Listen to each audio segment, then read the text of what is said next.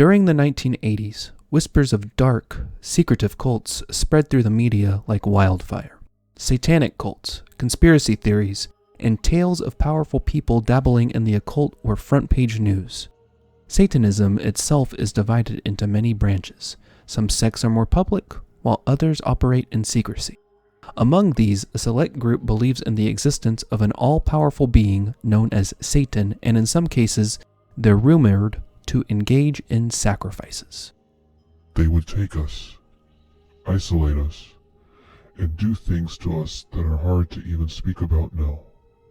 It still haunts me. There were claims that powerful politicians were tied to these underground sects.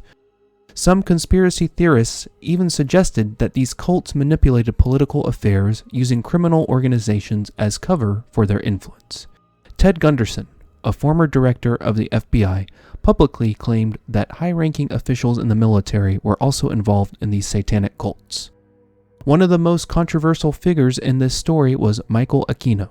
Once a devoted member of Anton LaVey's Church of Satan, Aquino spent 10 years following LaVey's philosophy, but it wasn't enough for him.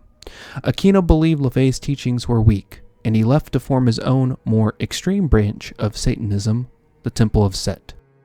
Unlike most cults, Aquino's Temple of Set was officially recognized by the U.S. government as a religion, a distinction almost unheard of for a satanic organization.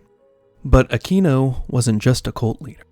He was also a colonel in the United States Army, a former Green Beret, and a specialist in psychological warfare. His expertise was sought after by the U.S. Army, and he's held significant positions within military intelligence. Even more chilling were claims from Ted Gunderson, who alleged that Aquino was involved in the CIA's notorious MK-Ultra program, an operation focused on mind control and psychological manipulation. Aquino's position as both a military officer and a satanic high priest raised alarm bells within the military, yet he was protected under the U.S. Constitution's Freedom of Religion Clause. As long as he stayed within the law, his religion, no matter how extreme, was his own business. In the late 1980s, however, Aquino faced serious accusations. He was implicated in a drug ring, allegedly serving powerful individuals in both the U.S. and Europe. But perhaps the most disturbing allegation connected to Michael Aquino is his alleged involvement in the infamous Johnny Gosch case. Johnny Gosch was a 12-year-old boy who disappeared while delivering newspapers in Iowa in 1982. His case became one of the most notorious missing child cases in American history. Over the years, numerous conspiracy theories have surfaced, suggesting that Johnny was abducted by an underground network connected to high-ranking officials and organized crime, including satanic cults. Some investigators and conspiracy theorists allege that Michael Aquino was connected to the child abduction network and had some level of involvement in the Johnny Gosch case. These allegations were never proven, and Aquino repeatedly denied any involvement. However, the rumors have persisted, added to the cloud of mystery surrounding his role in covert activities and occult practices. But despite the serious charges, Michael Aquino was exonerated due to a lack of evidence. One might think these accusations alone would be enough to end his military career, but remarkably, Aquino continued to serve within the intelligence community. Information about Aquino in more recent years is scarce. He kept a low profile, but it's believed he continued his work in U.S. intelligence long after his public controversy faded. In 2019, according to a CNN article, Michael Aquino reportedly died by suicide.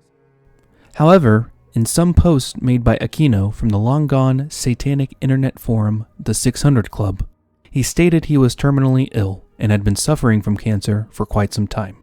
So, there's not so much clarity about his death.